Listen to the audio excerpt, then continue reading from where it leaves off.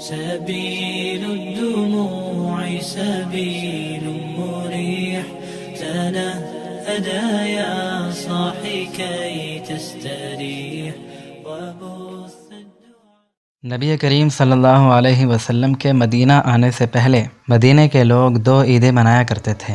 چنانچہ حضرت انس رضی اللہ تعالیٰ عنہ سے روایت ہے کہ اہل مدینہ 2 دن بطور تہوار منایا کرتے تھے جن میں وہ کھیل تماشے کیا کرتے تھے۔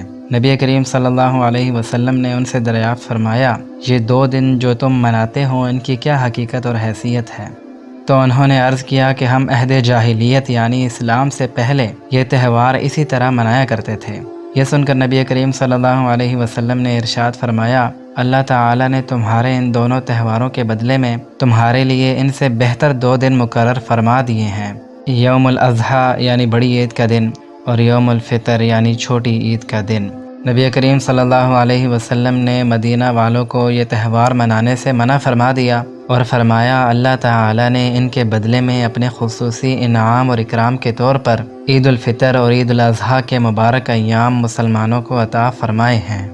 جب عید الفطر کا دن آتا ہے تو اللہ تعالیٰ فرشتوں کے سامنے اپنے بندوں پر فخر فرماتا ہے، اے میرے فرشتوں، اس مزدور کی کیا جزا ہے جو اپنا کام مکمل کر دے؟ فرشتے عرض کرتے ہیں، اس کی جزا یہ ہے کہ اس کو پورا اجر و ثواب عطا کیا جائے۔